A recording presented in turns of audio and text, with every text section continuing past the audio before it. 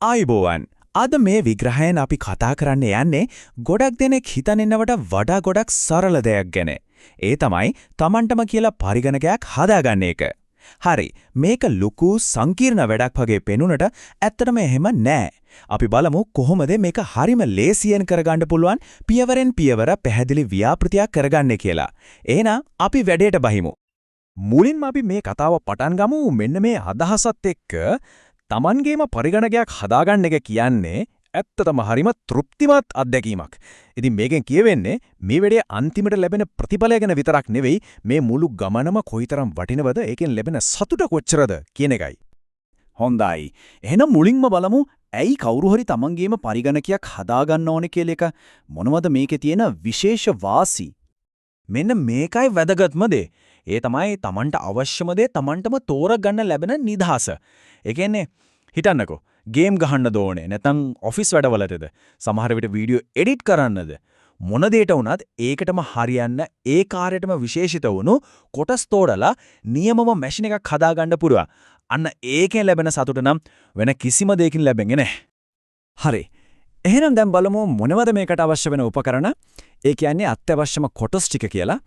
මේක හරියට සුපිරි කණ්ඩායමක් වගේ හැම සමාජිකයෙකුටම ඒ කියන්නේ හැම කොටසකටම විශේෂ නැතුවම බැරි කාර්යභාරයක් තියෙනවා. හරි. දැන් අපි මේ පරිගණකයේ අභ්‍යන්තර ලෝකයට පොඩි සංචාරයක් යමු. මුලින්ම බලමු CPU එක. මේ තමයි මුළු පද්ධතියේම මොළය. හැම තීරණයක්ම හැම ගණනය කිරීමක්ම වෙන්නේ මෙතන. ඊළඟට මදබෝඩ් එක. මේක හරියට ස්නායු පද්ධතියක් වගේ අර මොළය ඇතුළු හැමදේම එකට සම්බන්ධ කරලා තොරතුරු හුවමාරු කරන මධ්‍යස්ථානය. RAM එක කියන්නේ අපි වැඩක් කර ඉද්දී తాවකාලිකව දේවල් මතක තියාගන්න තැන. හරියට අපේ කෙටි කාලින මතකය වගේ. ස්ටෝරේජ් එක ඒ කියන්නේ SSD හරි HDD හරි ඒක තමයි අපේ දිගු කාලින මතකය. ෆයිල්ස්, ගේම්ස් හැමදේම ගබඩා ගන්නේ එතන. GPU එක කියන්නේ මේ කණ්ඩායමේ ඉන්න කලාකාරයා. අපි දකින හැම ලස්සන දෘශ්‍ය රූපයක්ම නිර්මාණය කරන්නේ යා. පවර් සප්ලයි එක තමයි මේ මුළු පද්ධතියේම හදවත. හැමෝටම වැඩ කරන්න අවශ්‍ය ශක්තිය සපයන්නේ ඒකෙන්. කේස් එක කියන්නේ මේ සියුම් කොටස් ඔක්කොම ආරක්ෂා කරන ඇටසැකිල්ල සහ සම වගේ. අන්තිමට CPU කූලර් එකෙන් කරන්නේ මේ මොළය වැඩ කරද්දි රත් වෙන එක නවත්තලා පද්ධතිය සිසිල්ව තියන්නේ එක. හරි. ඔය කොටස ඔක්කොම තෝරගනිද්දි කවදාවත් අමතක කරන්න හොඳ නැති රන් රීතියක් තියෙනවා. ඒ තමයි අනුකූලතාවය. නැත්තම් compatibility. සරලවම කිව්වොත් තෝරගන්න CPU එකයි මදබෝඩ් එකයි අනිවාර්යෙන්ම එකිනෙකට ගැලපෙන්න ඕන. උදාහරණයක් විදිහට CPU එකේ සොකට් වර්ගය. ඒ කියන්නේ AMD AM5ද නැත්නම් Intel LGA 1700ද කියන එක මදබෝඩ් එකේ තියෙන සොකට් එකට හරියටම ගැලපෙන්න ඕන. මේක පොඩ්ඩක් හරි වැරදුනොත් ඒ කොටස් දෙක කවදාවත් එකට සවි කරන්න බෑ. ඒ නිසා මේක තමයි මුලින්ම බලන්න ඕන දේ. හරි. එහෙනම් දැන් තමයි අපි වැඩේ ප්‍රධානම කොටසට එන්නේ. ඒ කියන්නේ මේ තෝරගත්ත කොටස් ඔක්කොම එකලස් කරන එක. කලබල වෙන්න කිසිම දෙයක් නැහැ. අපි මේක හරිම පැහැදිලි ලේසියෙන් කරගන්න පුළුවන් පියවරෙන් පියවර විදියක බලමු. පළවෙනි පියවර තමයි මදබෝඩ් එක සූදානම් කරගන්න එක. මුලින්ම CPU සොකට් එකේ තියෙන පොඩි ලීවරය උඩට උස්සන්න. ඊට පස්සේ CPU එක අරගෙන ඒකේ තියෙන පුංචි ත්‍රිකෝණ සලකුණ මදබෝඩ් එකේ තියෙන සලකුණට ගැලපෙන විදියට හරිම පරිස්සමෙන් තියන්න. ඊට පස්සේ අර ලීවරය ආයෙත් පල්ලෙහාට දාලා ලොක් කරන්න. හරි. දැන් RAM එකයි M2 SSD එකයි ඒවට අදාළ ස්ලොට්ස් වලට හයි කරලා අන්තිමට CPU කූලරයටත් ඒ මත සවි කරගන්න.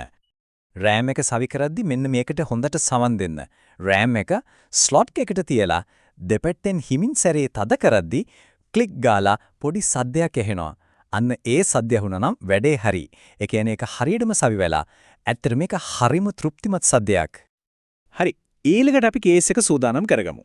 මුලින්ම power supply unit එක, ඒ කියන්නේ PSU එක කේස් එකේ ඒකට අදාළ තැනට දාලා සවි කරන්න. ඊට පස්සේ අපි කලින් ලෑස්ති කරගත්ත මදබෝඩ් එක අරගෙන හරිම පරිස්සමෙන් කේස් එක ඇතුළට දාන්න. එතන තියෙනවා ස්ටෑන්ඩ් ඔෆ්ස් කියලා පොඩි ස්ක්‍රූප්පු වගේ උස්සපු තැන් ටිකක්. මදබෝඩ් එක කෙලින්ම කේස් එකේ ලෝහය වදින්නේ නැති වෙන්න තමයි ඒවා තියෙන්නේ.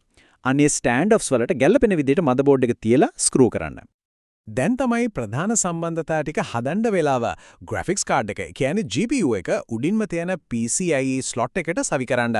ඊට පස්සේ power supply එකේ දැන් එන ලොකුම cable දෙක, ඒ කියන්නේ 24 pin සහ 8 pin power cables motherboard එකට සම්බන්ධ කරන්න. සමහර GPU වලට වෙනම power ඕන. එහෙමනම් ඒ cable එකත් සම්බන්ධ කරන්න අමතක කරන්න එපා. මේ cable දෙක case එකේ පිටිපස්සෙන් යවන්න පුළුවන් නම් ඇතුලේ හුලං ගමනාගමනයටත් හොඳයි පෙනුමත් පිළිවෙලයි. හරි. දැන් ලෑස්තිද මේ වැඩේ තියෙන සමහර විට චුට්ටක් විතර අමාරුම ඒත් හරිම වැදගත් කොටසට. අන්න ඒකට තමයි මේක ඕන වෙන්නේ.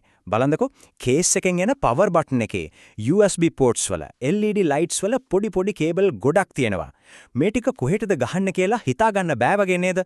අන්න ඒ වෙලාවට motherboard එකත් එක්ක එන පොත. ඒ කියන්නේ manual එක තමයි හොඳම යාළුවා.